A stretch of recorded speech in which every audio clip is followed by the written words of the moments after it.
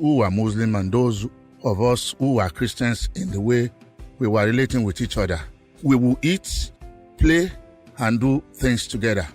I recall with fond memories the particular incident. One of my grandmother's cousins, Mr. Fasasi Ikumakpai, fondly called Baba Pupa because of his complexion, the go-to person whenever there were issues to be resolved. Baba Pupa, a lanky man with Owu tribal marks, was an enigma, very eloquent and intelligent.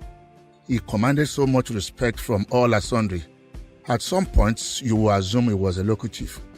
One fateful day, a man in the neighborhood came to report to Baba Pupa that his wife just packed out of their matrimonial home. Without asking questions, Baba Pupa sent words to the wife through an emissary. Go back home and promise to see the couple the following day to resolve the matter. The estranged wife not only went back home, she also made peace with the husband, courtesy Baba Pupa. Such were the situation in those days. Before the courts, elders always would wade in and settle disputes, be it domestic or land matters. Where are our elders today? What went wrong? Are those communal methods of settling rifts in those days? Do they still have bearing on our community? A food for thought. Moving to Lagos under the tutelage of my late uncle, he inculcated in us high moral standards. Our house on Shubuola Street, Surulere, was not different from a hostel. It was a house that had over 30 children, eating from same pots, from siblings to cousins to nephews, even friends and friends' children, and all sorts of acquaintances. Fighting was prohibited. Participation in church activities was a must for all the children. Everyone had his daily shares, which must be carried out, and it must be done diligently without supervision. NTA 2 Channel 5 then was forbidden in our house because of the station's regular broadcast of foreign movies. Lists will get corrupted with foreign influences. The relationship between us and our immediate neighbors was remarkable. We shared same boundaries with the mosque. The mosque was like our playing ground. I remembered a boy from the mosque had a domestic accident and one of my brothers took him for treatment in our church clinic.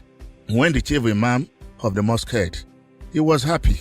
That was how the mosque set up its own clinic.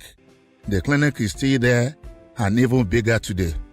Moving to Ogunlano Drive, Mama Lasho, as my mother is oft fondly called, was equally so accommodating, trusting us enough to believe that all those we introduce as our friends are those of strong and impeccable characters. She will always welcome them with open arms and treat them just like her children too. Such was the environment I grew up in. The lesson of those years was still very much on my mind, and have become the bedrock of my relationship with people. Today, mutual suspicion everywhere. How many parents can willingly accommodate close relations, not to talk of acquaintances? And do you blame them? Bad precedences abound. Enough to strengthen people's resolve not to be their brother's keeper. Another food for thought. Now I think and reflect. Can we bring back the glories of those good old days? Can we?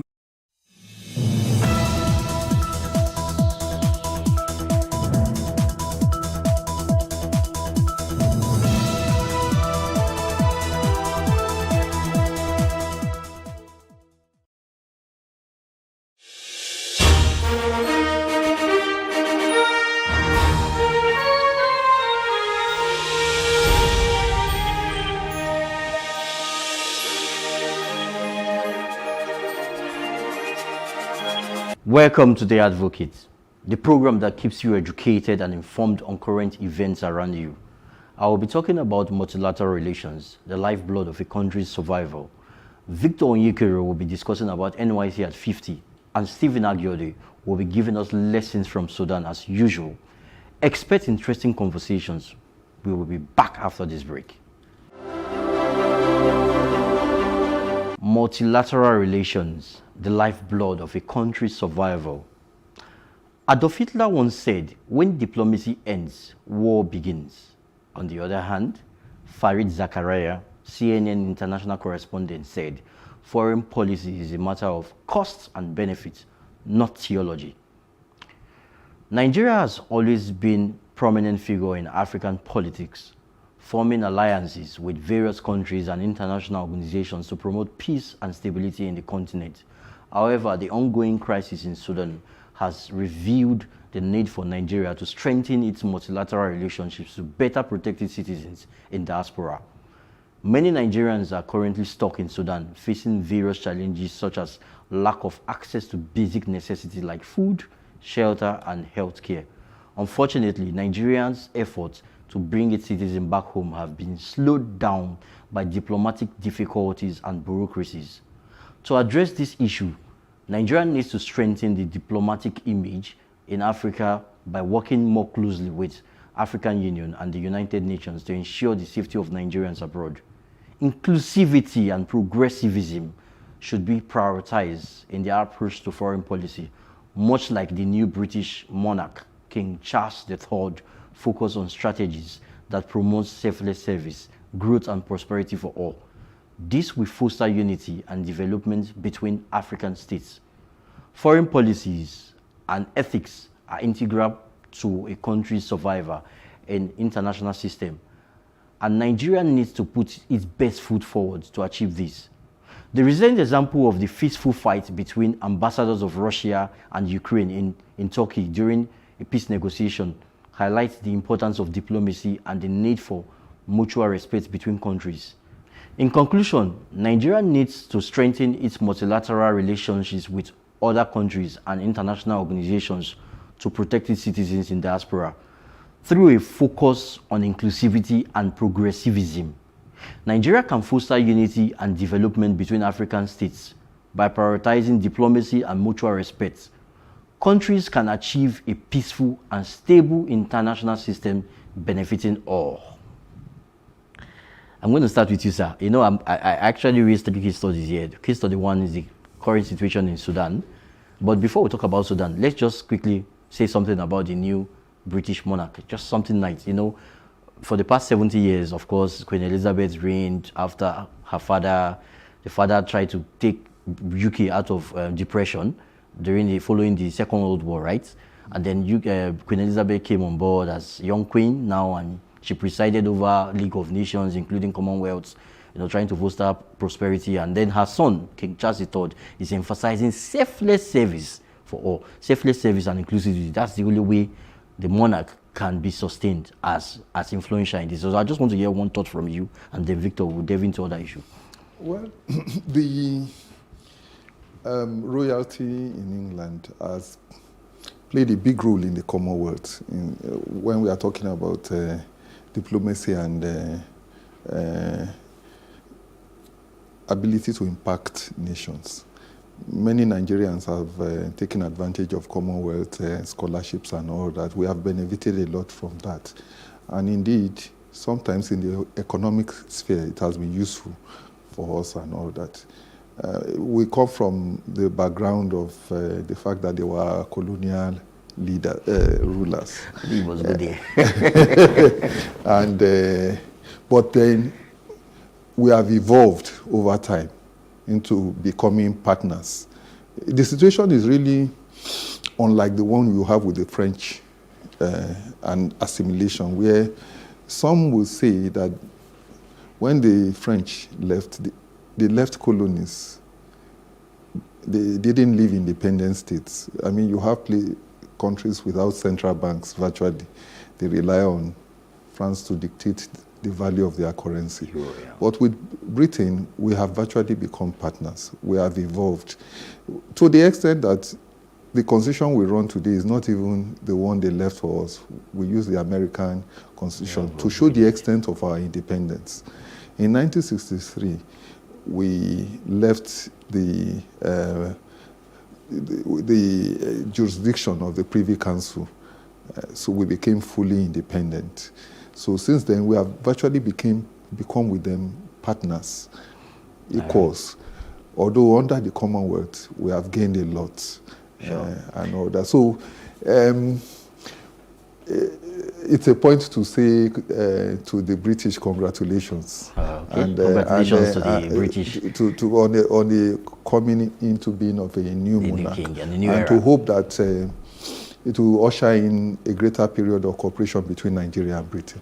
Okay, Victor, your thoughts? Yeah, I think I will just piggyback on what King Charles III said about selflessness and inclusivity.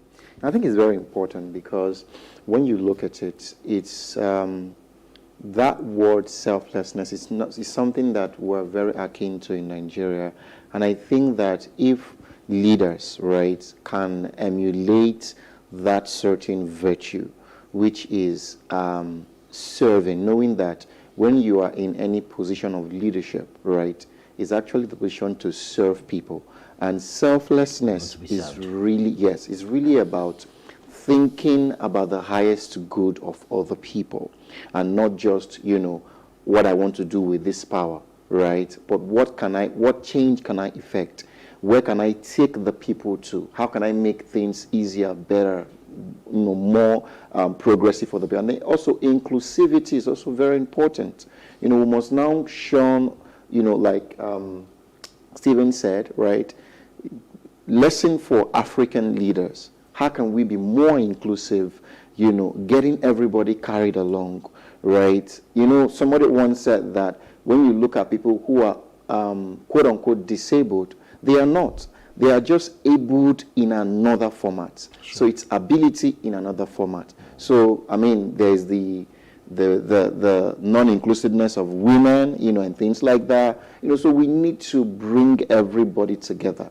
We need to build, societies that are all inclusive. So, kudos to the British, kudos to, it was a very wonderful ceremony. No, you watched it. So I can only wish... I couldn't help watching it too. I can only wish them all the best. Good one. Okay, I'm going to talk something now. I want us to say something else. The next issue on ground, talking about, according to Adolf Hitler, and I just stated it as when he said, when diplomacy fails, war begins. And you saw what happened 2 weeks ago. That was, I consider, quite inhumane and disturbing and perhaps disgraceful.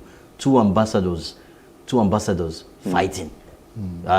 You saw it like, let's say about 2 weeks ago, the Russian ambassador and an ambassador from Russia and an ambassador from Ukraine involving in a physical fight. Like it was like a kind of ugly situation considering what is happening now in Ukraine. So I want to hear your thoughts on this. How do you think world leaders can garner and to solve the problem? A lot of persons have died in Russia and Ukraine. So what do you think? I want to hear your thoughts on this, from the diplomatic angle. There are a lot of issues on the ground in Ukraine, and a lot of geopolitics that is going on. You remember Russia is a successor state to USSR, which was engaged in Cold War with the West. What we are seeing, it's an evolution of that, what was going on at that time. Putin is trying to restore the Russian state as it was. The gradual collapse of the Russian state is what led to the emergence of states like Ukraine, Belarus, all these states, is their collapse. But Putin sees the world in terms of that time. Is, in my view, unable to reconcile himself with the collapse of the Soviet Union. What you find in these ambassadors fighting is a physical embodiment of what is happening between their nations. Russia and Ukraine. It's a conflict that it would not be easy to solve. I don't envy any diplomat trying to solve it, because in order to solve it, you need to know that these things go back a long way. The history between even Ukraine, how Ukraine came to be part of USSR in the first place, and all that, the history, the cultural differences and all that. you have to delve far back into their history. And then the position of Russia vis-a-vis the West.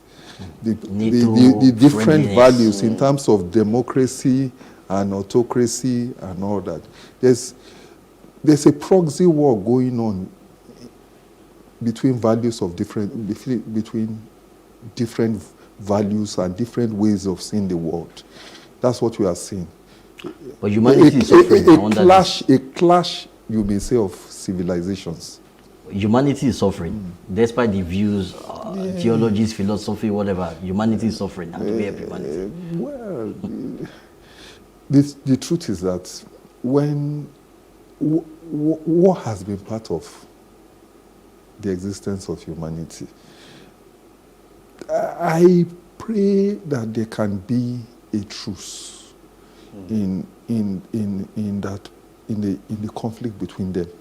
Just that while the principal parties ruling the two nations and ruling on, or why the principal characters in this conflict remain in power, I really don't see it. Why the principal powers remain, principal characters remain in power. Putin remains in power, and the American president remains who he is. The Ukrainian president remains who he is. I really don't see how diplomacy can really change things. Okay, before I come to you, Victor, I'd like us to go to the next topic on our regarding diplomacy and the Sudan crisis. Some people said it's not time for Uhuru. I don't know. I think you've read that book. It's not yet time for Uhuru. Mr. Stephen, Yes. you must have heard of that book. It's Yes. not yet time for Uhuru. Yes. Right? It's not yet time for freedom. Yes. Not yet time to celebrate. You know, recently the President-elect Ashwadu Bola Ahmed Tinubu, he has been on several. Okay, he's out of Nigeria now. They said he's in Europe for is it state visits or working visits? Yes, yeah. Working visits, right? Yes, yeah. And some presidents of some countries have, or some top people, including organizations, in different countries, have shown interest in wanting to see him or wanting to have his presence because he's a new elected president.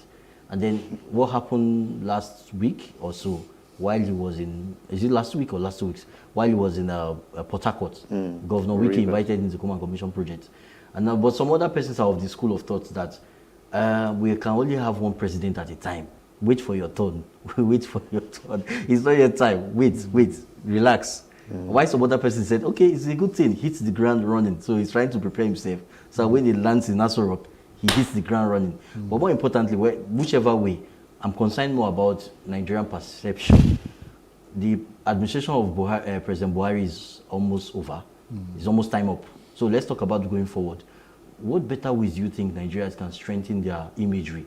We don't use the principle of reciprocity here. You saw what happened between Nigeria and South Africa.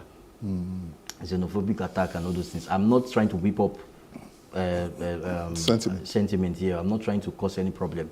I respect South Africans. They are nice people. They have good people. However, some unfortunate things happened. And this issue has not been addressed properly because one way or the other, Nigerians are suffering. And the government of Nigeria has not been able to say, suffering in mostly African countries, image problem. The same, during the period of Sudan evacuation, a Nigerian business, I think a Nigerian businesswoman that deals with selling wigs or something, she was in Ghana for a trade fair. And what did they do to her? I don't know that you follow that news. They asked her to leave or they asked her to shut down. They actually came to destroy her trade fair. That, look, you are coming to spoil market for we Ghanaians. Yeah, it happened. Yeah. So these things, I can go on and on and on. Is it the fact that Ethiopians shut down their borders against Nigerians and say, no, we need visa to cross? Or Egypt trying to, we had to, the President Buhari had to call the President LCC before they could open their borders to Nigeria. So is there something that we can do, we can advise the government to do? Because we are talking about promoting African Union, strengthening African Union, promoting free trade agenda and making Africa a strong economic bloc in the world. But if you are having this fragmentation in Africa, it can't happen. So what do you think about it? You see, I think that it's even important what we are talking about now because after African free trade is about to take off, which means that Africans should prepare. We've signed the agreement. We are going to have to get to the stage where we start trading with ourselves. That's what the new government should actually be preparing for, linking up with other governments. Whether we like it or not, borders are going to have to be relaxed. African head of states will have to meet with each other more. And then African trade will have to boom. Nigeria should be preparing itself for such an eventuality now. That's what we should be preparing for. That's what other African countries should be preparing for. Just like Europe has shown. With a united unit, you can go far. Africa should be, our coming head of state should be strategizing along those lines. The problem we had with the South Africans was simple.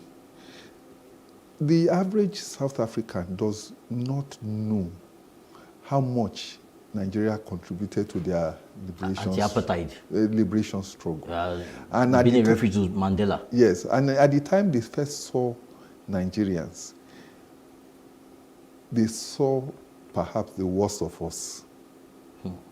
Unfortunately, our economy was bad, and then many Nigerians went there that were perhaps not the best representation of Nigerians. But it is not strange what has happened. What has happened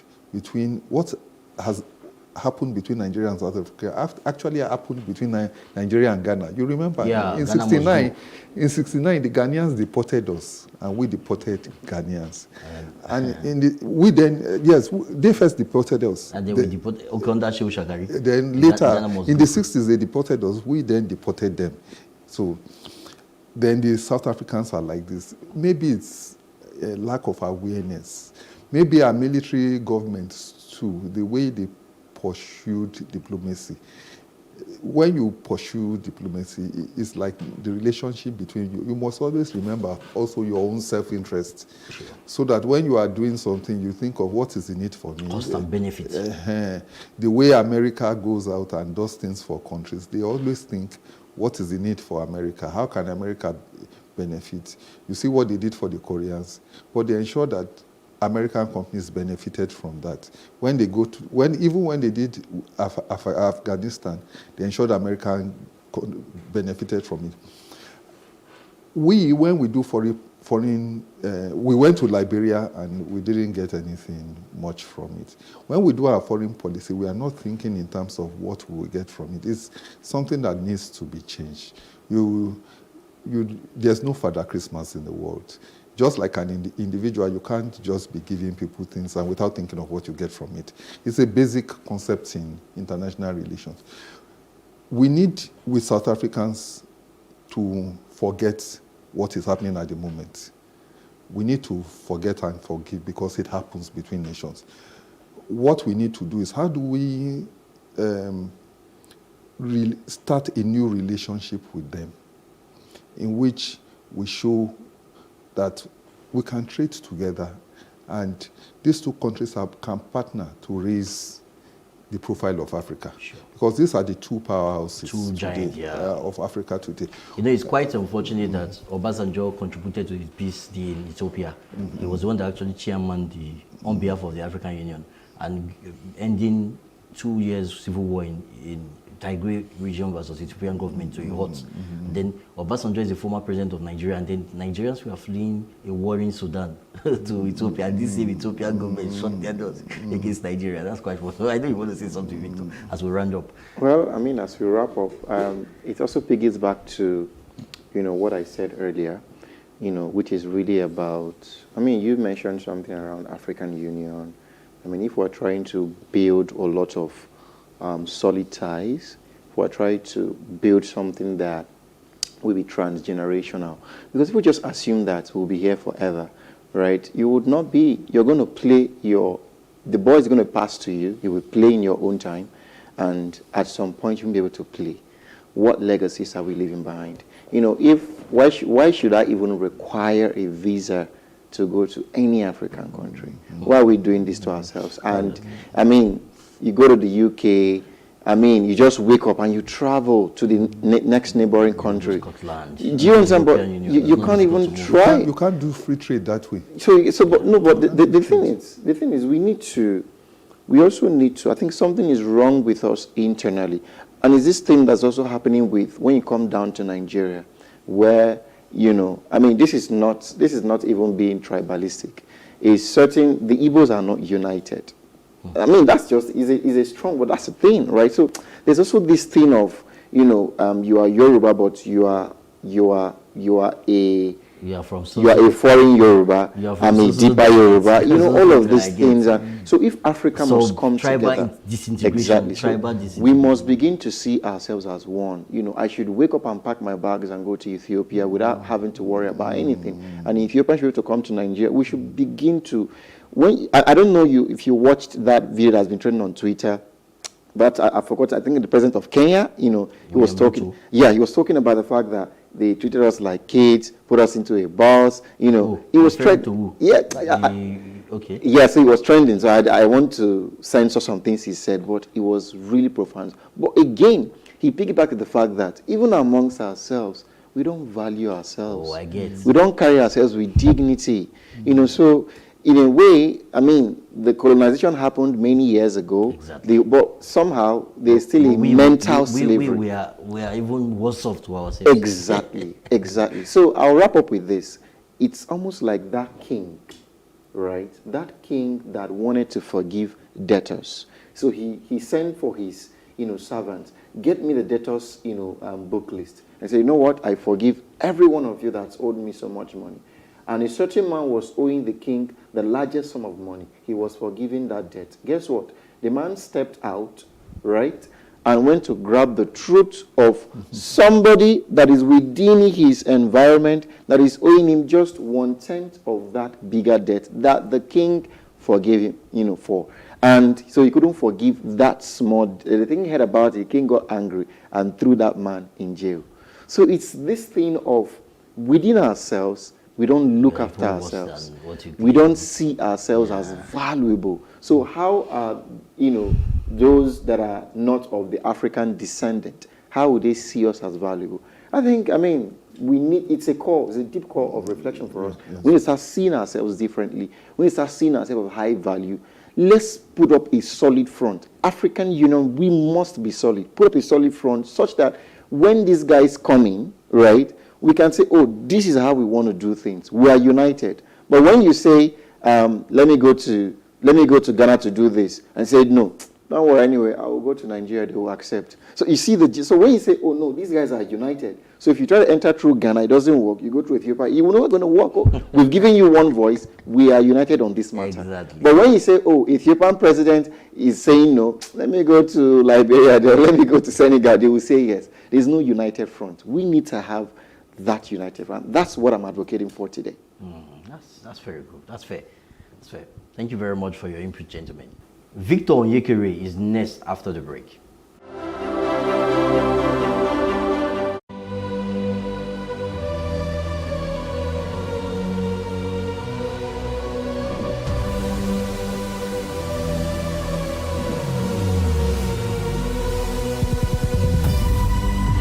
What we do not understand, we will stigmatize. What you can see is the remaining of the tanker that exploded. The suspect equally confessed.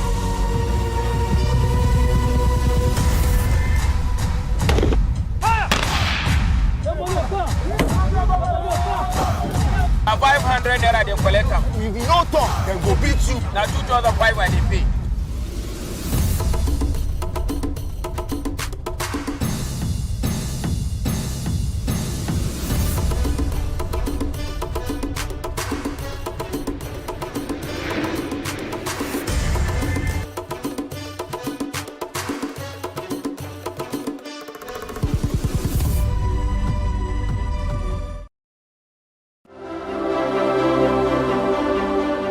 NYC at 50. Many social media platforms have been flooded with image memories from people who have successfully passed through the National Youth Service Corps program in commemoration of NYC at 50 years. Amidst the different images from people brought back, some nostalgia. Many people shared their NYSC experience. There are several key lessons to draw from these experiences, and if we're to make progressive headway with the NYSC program, we must go back to the drawing board. The NYSC program was created on the 22nd of May 1973 as an avenue for the reconciliation, reconstruction, and rebuilding of the nation after the Civil War. It was established based on the Decree number 24, which stated that the scheme was created with a view to the proper encouragement and development of common ties among the youths of Nigeria, and of course, the promotion of national unity. Some years ago, there had been a movement to scrap the NYSC program, and it had more negative impact than the intended positive impact for which it was originally designed in 1973. It stems from the fact that many young people wasted 11 months of their lives sitting in a remote village where they were literally incapacitated. I mean, if we think about it deeply, we all know that the NYSC program needs a lot of facelift. I personally do not hold the opinion that it should be scrapped, but we can do so much to revamping it into something much better. The program affords the government an opportunity to get real-time feedback from core members, but I doubt that the government has explored this opportunity. These feedbacks will become the necessary tool to rebuilding and restructuring the NYSC program. The program also reveals how much broken our educational system is. There is very low premium on education. There's also the issue of, national safety and national security, which has always been there.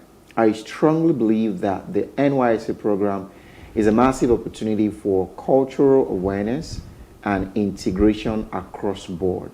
People shouldn't have to influence their deployment and posting, but it's happening till this very day. We won't pretend that we don't mostly know why people influence their deployment.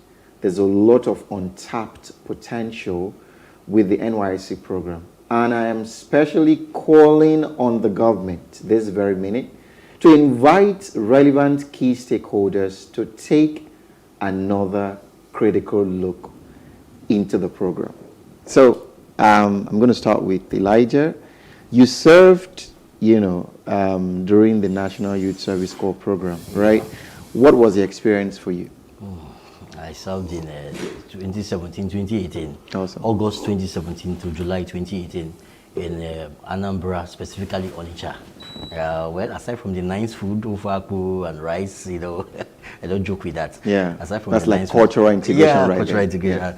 I am able to go and test my Igbo understanding. Actually, I understand Igbo language to a very good extent, and I can write to a very good extent. I may not be able to speak fluently, but it was an opportunity for me to test my but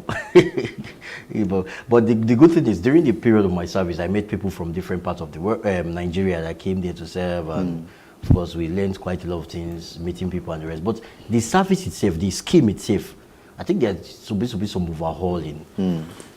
Let me give you an example.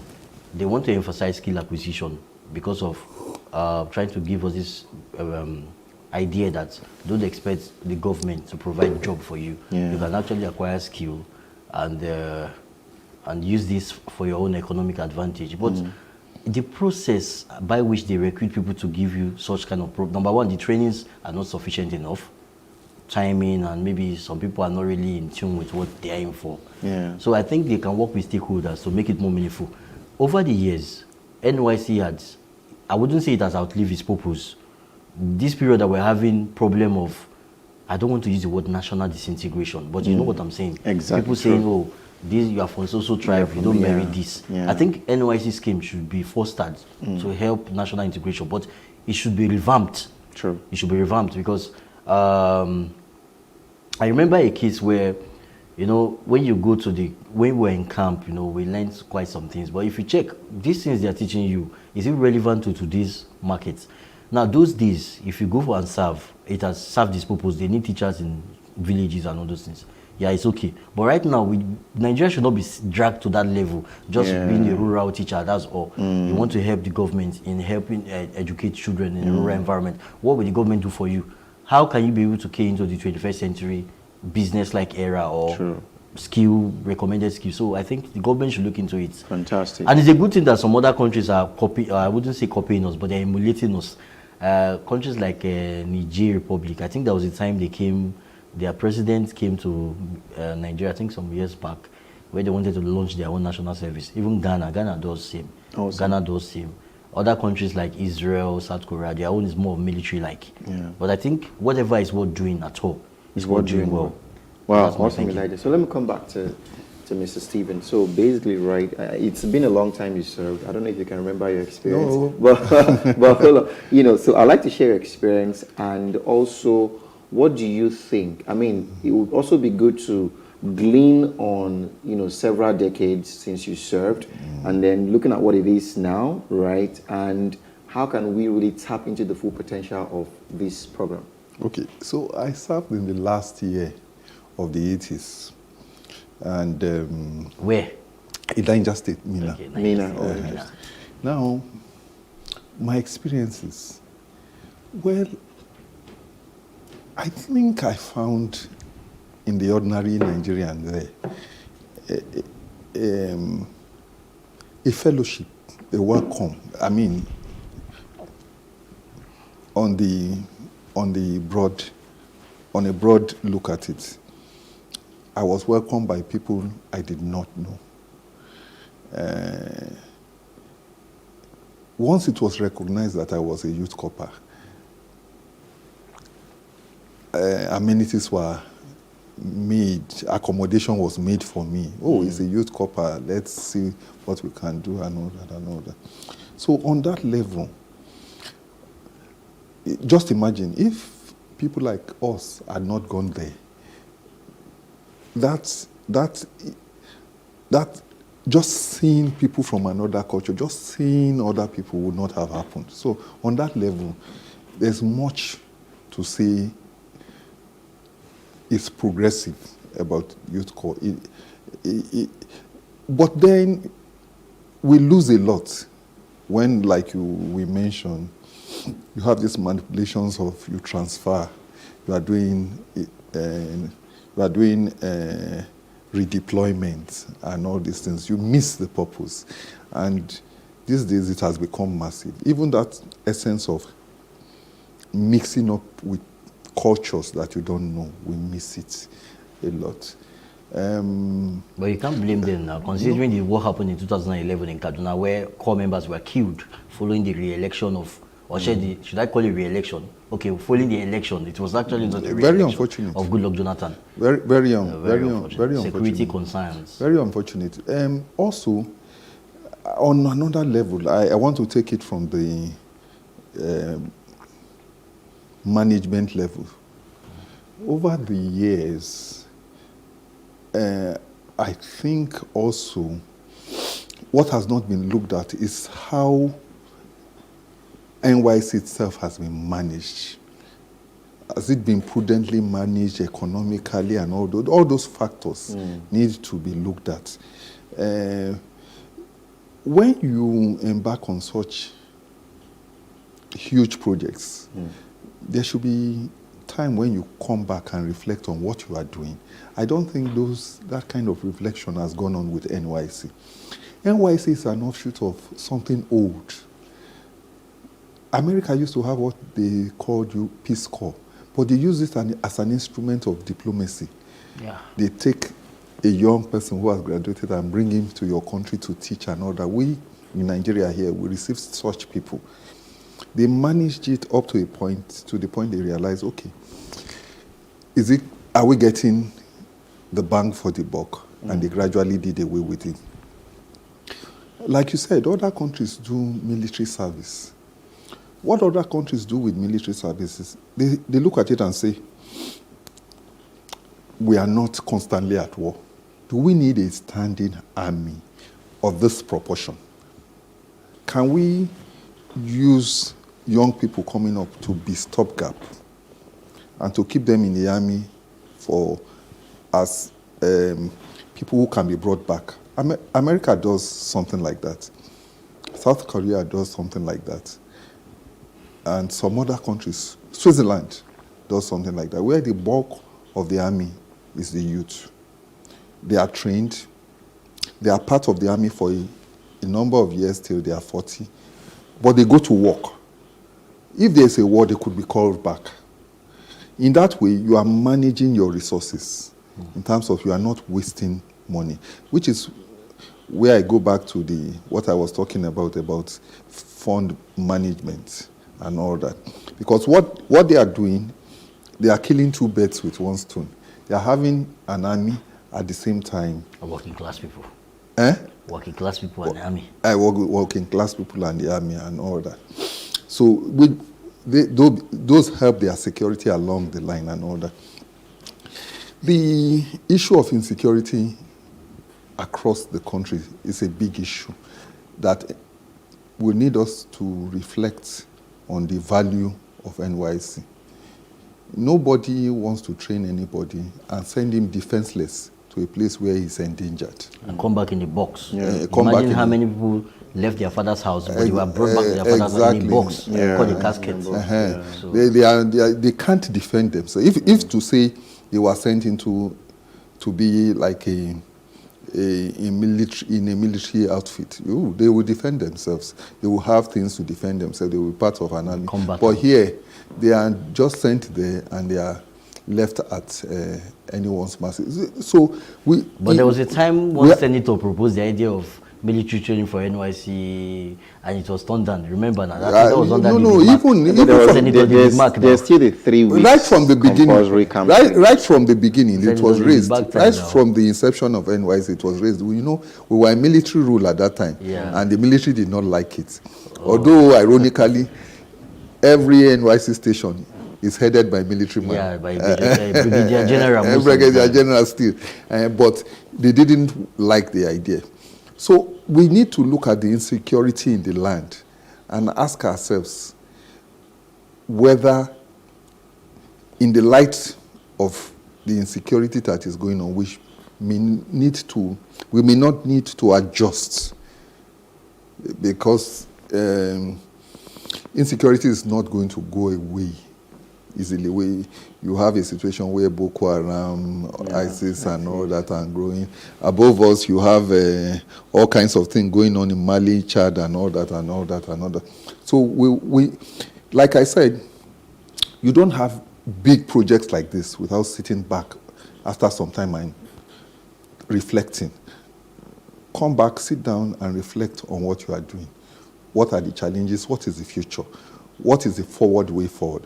I don't see, at 50, you should expect, I don't know whether there's such a colloquium of them coming back to seriously talk about what's the future of NYSC, given all the challenges that is facing. What's the next 50 years going to look like? Are we going to move forward towards a paramilitary something, or is it giving us bang for the buck, or is it not?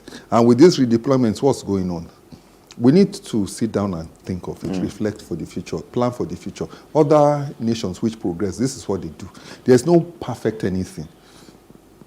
Every time you come and you fine-tune and you think about it, but you must always do it honestly for your own progress. Fantastic. Profound. All right.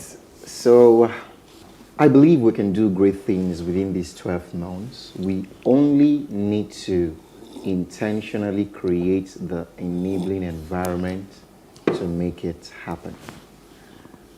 Stephen Agiode is next after the break. Please stay with us.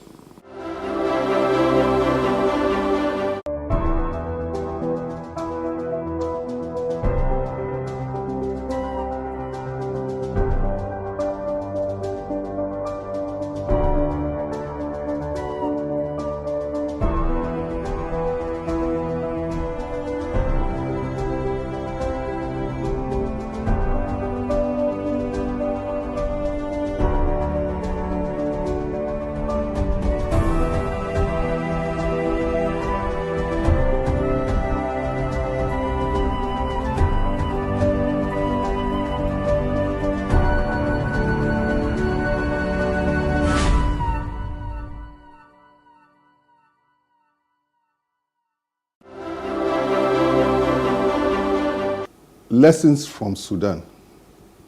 In the morning of the 15th of April 2023, the world woke up to the news of open armed conflict in the city of Khartoum, capital of Sudan, between rival factions within the government of Sudan.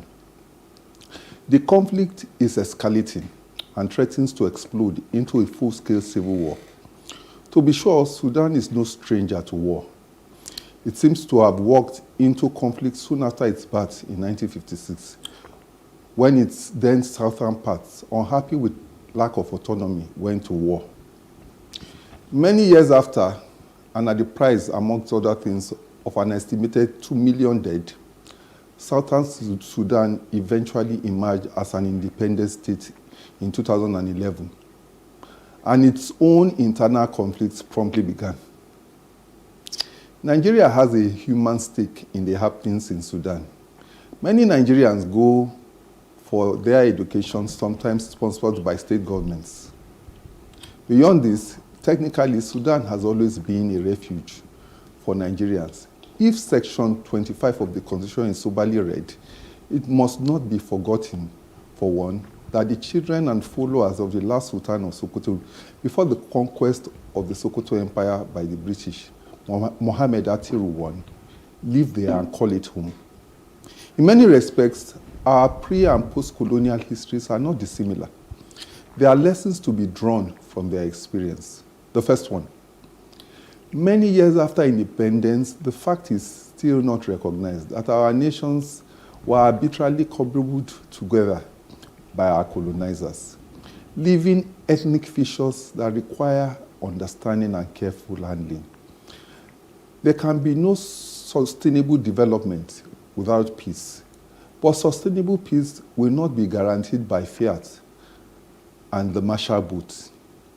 There must be a continuous and sincere discussion and bargains for the best arrangement of power that will move our nations forward. Here, there have been much discussion on restructuring, some sincere, some in contempt. But what we must say is that serious attention should be paid to it. Secondly, in general, we must do everything to limit foreign interference in our domestic politics. Every nation, like every human being, has its own interest. Implicated in Sudan's crisis is the UAE, Saudi Arabia, Russia, even the EU, which provided funding to a faction there to police a fence against a wave of immigration. This is, of course, not a license to roll out the artillery against citizens who seek foreign aid against oppression. To the contrary, it is an admonition to leaders to avoid creating the conditions that promote helplessness and the sense of oppression and injustice that leads to these interventions by constantly and sincerely taking into account the desires of all their people and not only some. Thirdly, there is a need for African nations, including Nigeria, to develop the capacity of their states to assume full control of the mining and trade of natural resources. One of the factional heads involved in this crisis owns gold mines. The oil bunkering now prevalent here is the cousin of the illegal mining of solid minerals. Sudan teaches us we should not thereby allow ordinary citizens and even foreign bandits to become de facto states unto themselves. Lastly, increasingly, the muscles of the African Union have grown flabby. Since the Arusha Accords that played a part in ending the Rwandan conflict, African leaders have largely stood by as the conflicts in DRC, Libya, Cameroon, Ethiopia, South Sudan, Mali, and others have festered. The EU needs to rediscover its mission, especially in the area of mediation and peer-to-peer review of its leaders. This is really... You know what caught my attention there was the African Union. Yes. The conflict in Cameroon. I remember in 2019, I traveled to Cameroon via the sea from Oran. Took a speedboat to Cameroon. When I got there, it was not really very pleasant. The people are generally nice, but the situation at that time was there was war, civil war. Yes.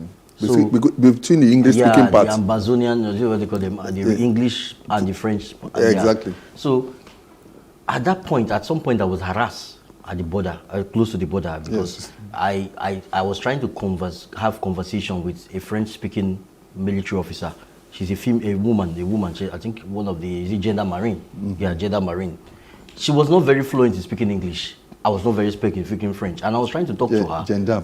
She could not understand. She didn't really understand where I was coming from. Okay. And I was going back to Nigeria, and I was rough-handed just because of that. Yes. And you know what? The excuse. You look at one silly thing they said that really broke my heart was that, the country is at war. We can just label you as one of the troublemakers. I was like, what's the meaning of that? Like, as we Africa, have we gone to this level? Killings in Cameroon. Yes. And they won't allow foreign press, especially, not even the press, to even capture anything. And yes, African Union will sit down there and be having general assemblies. What are they discussing in the general assemblies? The conflicts in Ethiopia was one, and thank God Olusegun Obasanjo was able to chairman the peace deal. But we should not wait for outsiders to come and solve our problem as Africa. We can do more. Yeah. Let's muzzle up. African Union has a lot to offer. I agree. Muzzle up. The conflict in DRC, for instance, for me, is very shameful. I mean, and this is one of the misgivings I have about Kigami, because you virtually have one small African state twisting in its thumbs a bigger African state. Yeah. And all that. You have other regional countries involved. These are countries controlled by the same leaders in the African Union that should be making the peace. At a point, you remember there was a point in their conflict where even South Africa was involved. It's a shame. Yeah. It's a Very big shame. Yeah. It's a big shame. These are the things we should sit down in Africa. As we go into NAFTA and all that, and we are trying to do free trade, that we should think about and talk about seriously. We can't go on like this. This can't go on forever. The assignment we are giving them is African Union, try to foster unity and peace amongst African nations. Yes. Real integration, economic integration. We can become a very strong economic bloc to the world. It's not that every time there's problem in Africa or there's problem in the world, you see different world powers, Russia, US, China, they will come and start picking different states and start giving them something. I want to use and influence you. So in fact, I'm happy you've mentioned it, because actually that's what's happening in Africa now. You see above us in the Maghreb, you hear the Russian Wagner group is always there. Some say it's even in Nigeria here, and that some of the clashes you see for all these bandits and all that. Even are motivated by them because they were accusing France that they have. Yes, because where there's confusion, they can mine more. You see what happened in Sudan. The man owned a gold mine. One of the generals. The general that is causing the... Is he the president or the vice president? No, the vice president. The vice president. He owns, and he's fighting the president. Exactly. You see, the problem with Sudan was that both of them connived to remove the president then. Exactly. And what's his name again? His name was... He actually set up these two generals so that he will remain in power. One will fight one in case if they want to remove him. The team teamed up and removed him. Now they are fighting themselves. So what I'm saying is, the point I was making with that was, look, don't let individuals be bigger than the state. We see government should be of laws. We talk of privatization, but let us be careful. And that's one of the lessons I was saying we should draw in Nigeria. Let us be careful that we don't move into oligarchy. Yeah. Where that's the few privilege. Exactly. Where the state is actually controlled by individuals, and the individuals are stronger than the government. Yes, we should build strong institutions that will outlive any human. Not the other way around. Not the other way around. So these are the lessons. You can have states. If, for instance, someone corners the oil in Nigeria, you imagine what that person virtually owns Nigeria. It's a caution.